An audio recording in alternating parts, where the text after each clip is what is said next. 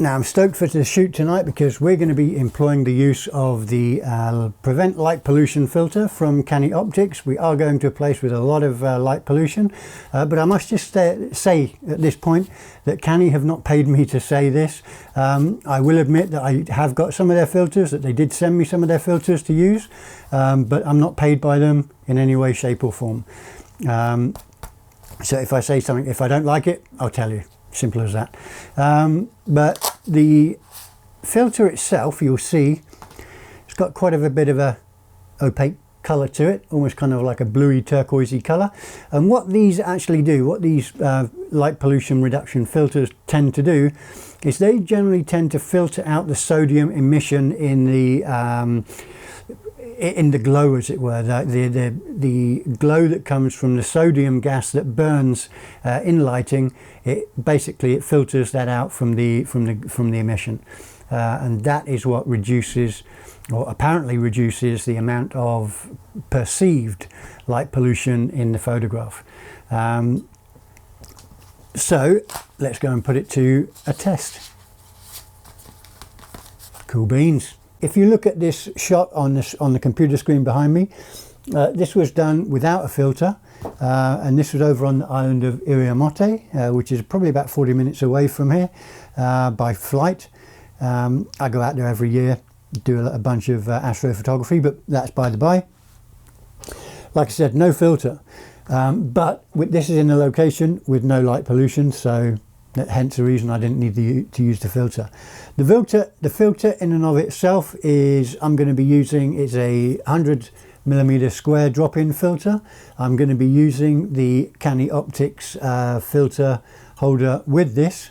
Okay, now the main issue with the KANI filter holder is that it is by default, it is an 82mm fitting filter ring. So I've screwed on a 67 to 82mm adapter ring, step-up ring, because the lens that I'm using, which is the Sigma 35mm f1.4 ART, that lens is a 67mm filter thread, hence the need for the step-up ring. That quite simply sits onto the KANI filter holder. There's a couple of little shoulders on the back of the holder. That adapter ring sits under there, and then you've got this little spring-loaded mechanism here that pulls out. The adapter ring just sits into place there. Now, something else I'm going to be using on the shoot tonight is this. It's the Andoa VH10. It is a pan and tilt head for shooting panoramas. This will sit on top of the tripod that my camera's sitting on to film this, which is the Leophoto Ranger. It's the LS 324 CEX. It is a 3-element carbon fiber, beautiful piece of kit. And the head on that I'm going to be using is the LH55. And that in and of itself has a rotating bezel that allows me to spin through the incremental changes that I'm going to need in order to shoot the panorama tonight. Now, in order to shoot my panorama, I'm going to be using a 35mm lens, and it's going to be in the vertical portrait orientation. Now, that in and of itself is not going to be able to cover the expanse of the Milky Way. So what I need to do is I need to divide my panorama, or the area that I'm going to photograph, into equal image zones, as it were. Now, I'm going to be shooting 7 different zones, vertical zones, overlapping by an amount of 15 degrees on each image. Okay, and the reason that I overlap is that I need to have a certain number of pixels, or a certain amount of real estate within the shot, so that the post-production software can stitch those images together.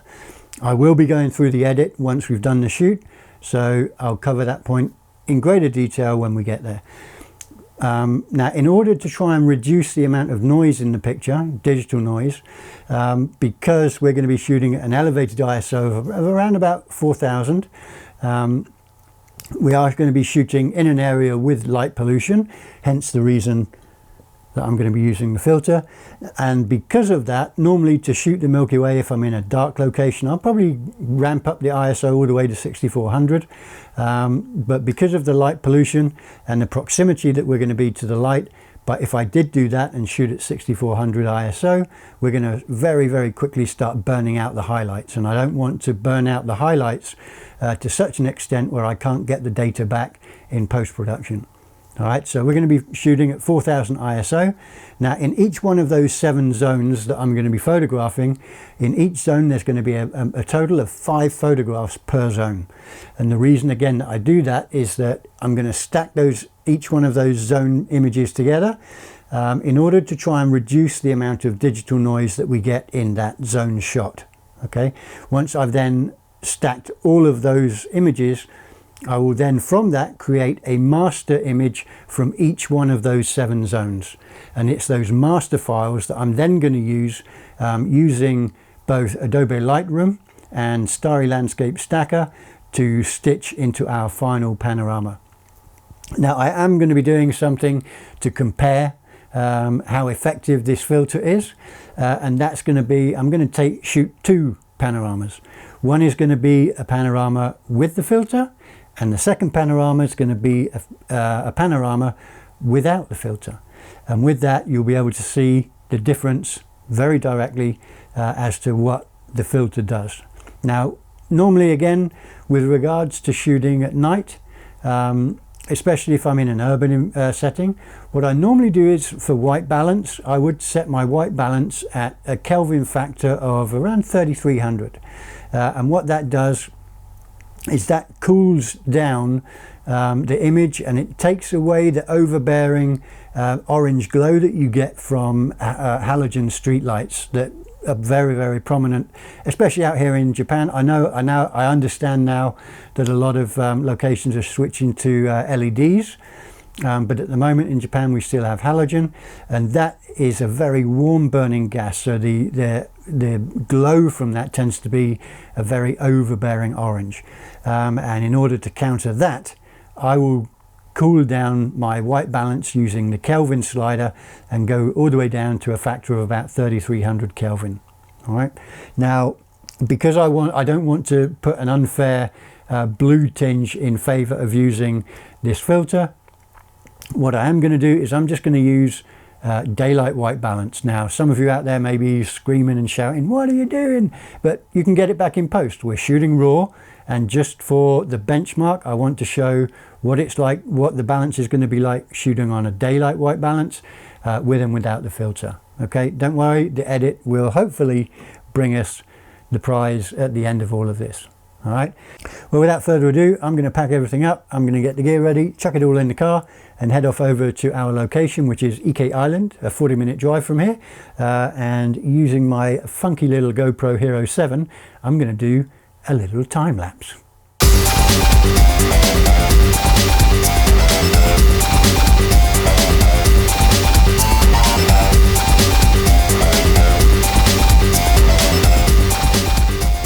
Okay, well, we finally made it out to the beautiful island of Ikei, and we're set up. I'm going to get cracking on with the shoot in a very short time. We've got all of the pano gear on the tripod. I've set everything so that we are absolutely square and very horizontal. The camera lens is ready. It's fitted with the filter holder. I have the filter here. Okay, what I'm planning to do is I'm going to shoot behind me. We've got a village over behind me this way, and over to this direction we have a resort. Okay, over in the just probably about 600-700 yards away from us, meters.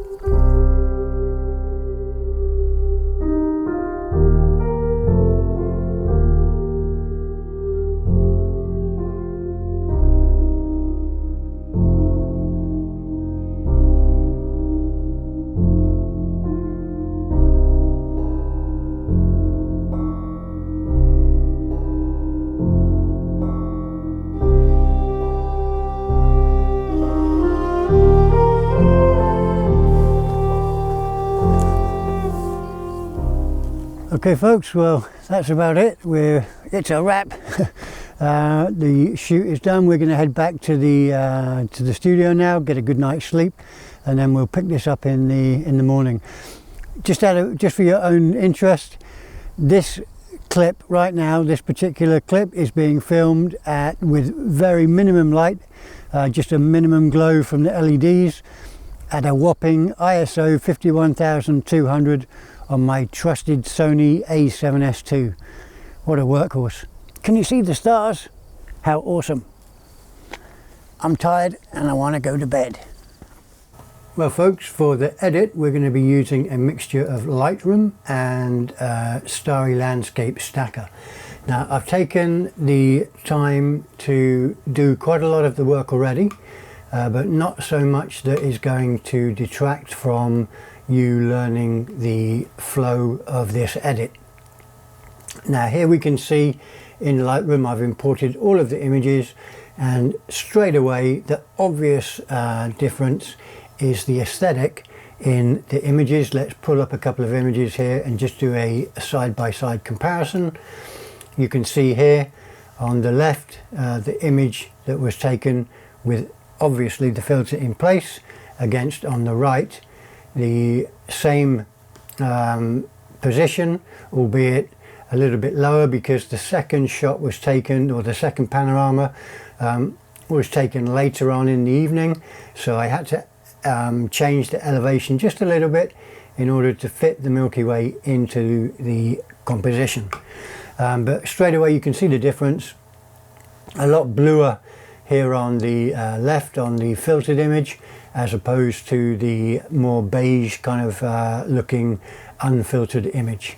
Right, let's go out there, and so here we have each one of the zones, 1, 2, 3, 4, 5, 5 shots in each of the zones going through the panorama. And what I've done when I finished the filtered panorama is I started in the same position, removed the filter, and that would be my zone 1, so in reverse to the first panorama. Okay, you can see on here also that it's showing that there has been an edit. The only thing that I've done with any of these images is I've gone into develop and I came down here, and all I enabled was the profile correction. That is the only edit that I've made so far, because what I would like to do, or what I would prefer to do, is to edit once we've compiled the panorama, so that there are no discrepancies between the frames in the filtered and the unfiltered with regards to editing. Okay, so we'll do all of the editing after the fact. All I'm going to go through now quickly is how we get to accomplishing the masters that we need in order to create this panorama. Okay, so the first thing we're going to do, there's a lot of administration in this point here. We're going to choose the first 5 images. So this is the first 5 images that we need to export. What I then done is I told the files to export.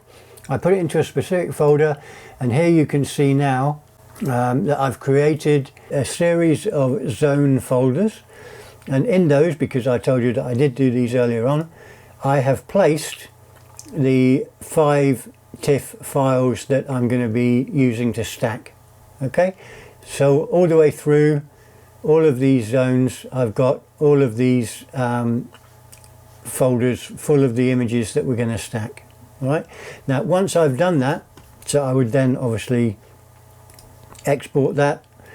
Once I've done that and I've got all of the images in the folders that we need to stack, I would then go into Starry Landscape Stacker.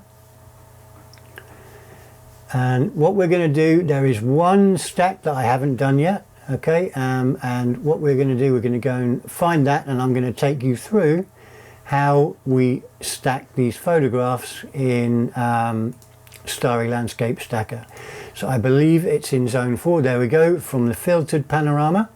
So we're going to highlight all of those images, and we're going to simply say open, and it takes a little while. There it is, reading the 5 images. Now the first thing I would say is, do not worry about how it looks at this point in time. Go over to the left and you'll see the workflow outlined in the top there. So adjust dots in the sky. Each one of these red dots represents a star that the software sees. If you want there to be more stars, I mean, it will show most of these stars in the post, in the edit, but if there are some stars that you think the software should see, you can always just paint them in as you see fit, as you can see that I'm doing here. Okay, that's in the sky part of the shot. Okay, and what you can also do is erase red dots with this command here. You can adjust the size of that brush, and if you look down here in the ground, you'll see also that the software seems to think that there are stars in the ground. Now that may be that there are little white specks of noise in the ground that the software is believing are stars. It could also be that there are dead pixels. I mean, I really hope there's not this many dead pixels on my camera, but I think it's just picking up the digital noise. So if we don't want the software to be tricked, all we need to do is get rid of those, and we do that simply by brushing, by selecting erase red dots. You can adjust the size of the brush there, bigger or smaller, and quite simply just brush away all the red dots that you see in your image. Okay, so that's all the dots taken care of in the ground. All I then tell the software to do is to find the sky, and that is going to generate a mask that it will use to compose the sky or to accomplish the shot. Now it may be due to the light that it doesn't find all of the sky, but not to worry. You can paint or complete the rest of the mask using the controls here. So paint sky or ground, again you can adjust the brush size, and you quite simply then just paint in the rest of the sky mask.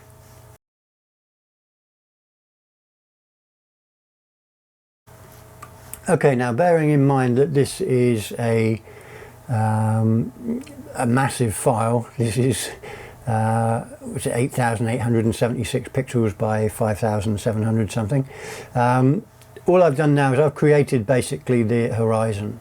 Okay, so the interface between, or the transition line between the horizon and the ground, we're not going to see those kind of details if there is going to be any kind of jarring barrier between that interface.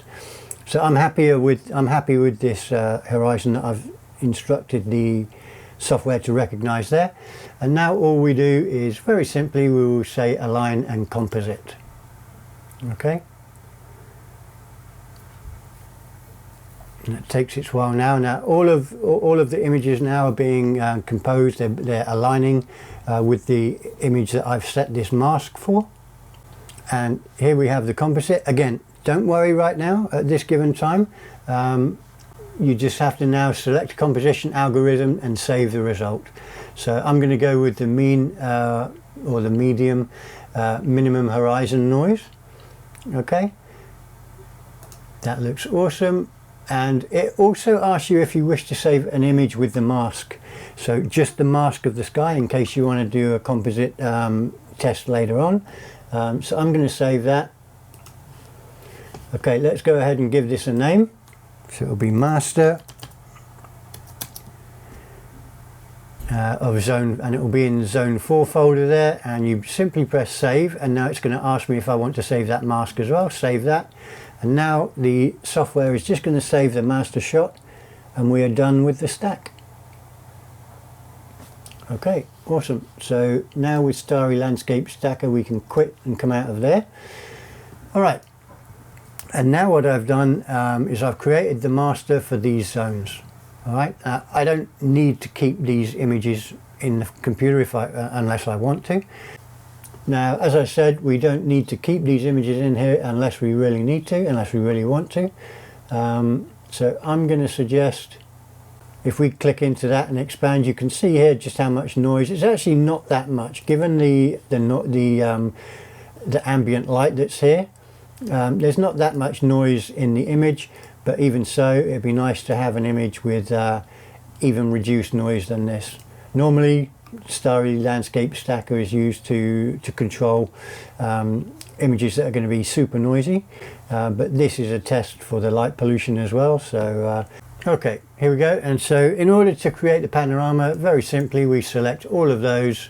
We go photo, photo merge, panorama, and what the software now is going to do is it's going to align all of the images, or do its best job to align all of the images and spit out a panorama for us to see as and when it's ready. Now this process is going to take quite a bit of time, depending on the power of your computer.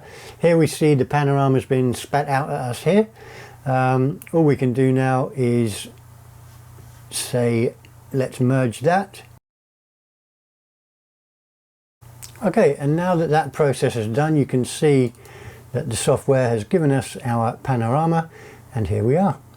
Okay, it does have this white border around it, but that's because of all of the shifting and changing around that the software has had to do with the images, with the alignment. Okay, all that remains now is if we go into develop, we can crop this. Okay, and quite simply bring it down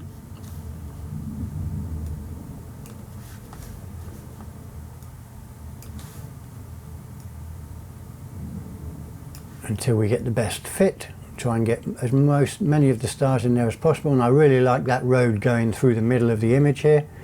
I think we're good. Okay, and then we'll just crop that. There we go. Now I'm going to do the same with the other panorama, and we'll do the edit at the end.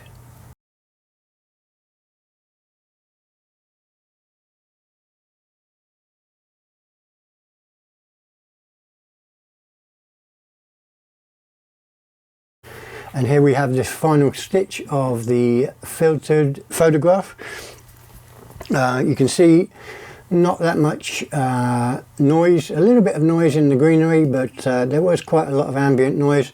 One thing that is apparent though, if you look down here, there are some artifacts here that need cleaning up, but that's a relatively straightforward affair.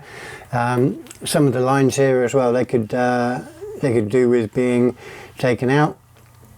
Maybe there was a little bit of a wind or a breeze. There's a little vibration here on the telegraph poles, but in all aspects, I mean, in the grand scheme of things, with the scale of this image at the moment, we are looking at dimensions 19,293 pixels by 8,043. Right, so it's absolutely huge. Here's the information here, 12 seconds at f1.4, blah blah blah, all good. Okay, so first thing we're going to do now is come down and compare the two. Here we go, and you can see them here relatively side by side. You can see there is a slight difference with regards to the horizon, the land horizon, because we did adjust the angle of view of the camera to take the second shot, and that will also account for the reason as to why here you can see Jupiter. This image on the left, the filtered image, was shot before the unfiltered image, and so and also given the fact that we had to elevate the camera, the angle of view on the second image, that will account as to why you can see Jupiter in that second image and you can't in the first. It's probably down here somewhere in the light pollution, still not bright enough to be able to be picked out. I'm going to go through the aesthetic edit here in Lightroom, and then we'll go into Photoshop to finish off, and I will then do a speed edit on the unfiltered shot, and it will have a final comparison at the end of the video. Okay, so just for the aesthetics, it's a little bit red in the sky here, so I am going to go ahead and just change that a little bit. We're going to come down on the white balance, bring it a bit tinty, because we were actually in daylight white balance. Okay, and I'm going to, okay, so let's come down and just blue out the sky just a little bit, just dropping it down to -12 on the temperature. Exposure, we can come down just a little bit, Highlights is to try and shrink those a bit to get rid of too much overbearing intrusion from the light pollution. That's fine. Let's go with the shadows. In fact, I don't want to adjust the shadows in the sky. So what I'm going to do is I will put a grad filter on the ground. Let's see where that spreads to. That's around about fine there, I think. And let's just handle the shadows in that lower portion of the picture, just to bring up the vegetation just a little bit. That's fine. Let's get rid of that. That's awesome. Alright, and now I'm going to put another grad on the sky because I don't want the uniform changes to affect the ground as well. Okay, let's just angle that down so we don't have too much of an influence around this area on the left with all the trees. Okay. So come down a little bit on the exposure, come up quite a bit on the contrast.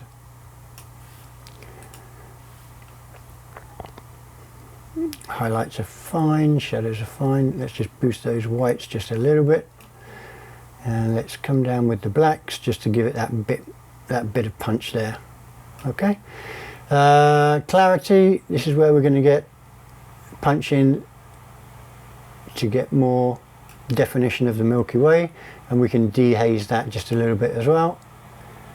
It might take a while for these changes to take effect. My computer's starting to lag a bit. I definitely need to invest in a new computer. That looks fine. Just can go a little bit on the saturation, bring a bit more tinge into the Milky Way. Okay. Okay, and for the aesthetics of this, I'm actually quite happy with that. All right, let's just go into, here we are in Photoshop. Okay, and what I'm going to do, let's just punch in. I want to address these artifacts down here. Cool, zoomed in quite a way, and all I'm going to do on here, I'm just going to use the just going to clone the area here. I mean, it's all pretty uniform, so we can just get rid of the pixels this way.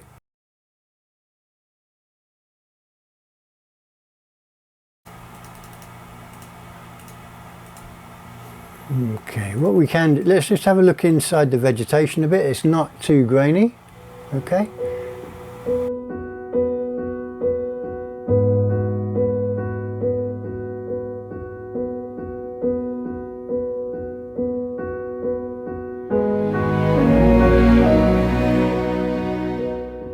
And here we are side by side. On the left, the edited, stitched and good to go filtered image, and on the right, the edited, stitched and finished unfiltered image. Now, as you can see, the closer you get to the light pollution here, you're still going to get that kind of like unfiltered and dull kind of light. At least with the filtered image, that gives it's been given a nice kind of like a teal kind of glow, which again I guess it is just more aesthetically pleasing. In the overall, I think there's just not a lot of grain in the images. I think both of them are quite appealing, but for me, my personal taste would err towards the filtered image. The choice is yours. Which one do you prefer? Jupiter and the slightly duller kind of light polluted area here on the left, or no Jupiter but a more pleasing teal. Now, just finally, there is one thing that I have noticed on these shots, and that is, if we just call up one of them, yeah, you look at this area here, there seems to be a bit of banding, especially here as well with the blue. I'm going to put that down to the sensor on the EOS 5D SR. It is a full frame sensor obviously, but with 53.6 megapixels or something silly. It's not that fantastic of a low light camera, so I'm going to put this down to that issue there. Obviously, with a lower megapixel resolution camera, you get much less effects of banding due to it being much better in low light. Okay, so there you go, folks. That was my short tutorial, a little bit long. Well, folks, how awesome was that? Okay, cool beans. Got some cracking images, and it just gave you a bit of an insight into the way that I process my astrophotography. Stacking panoramas for me are actually something quite new. I did go out recently and try that probably about a week ago. The video's up here. That was a little bit of a failure with regards to how the image came out.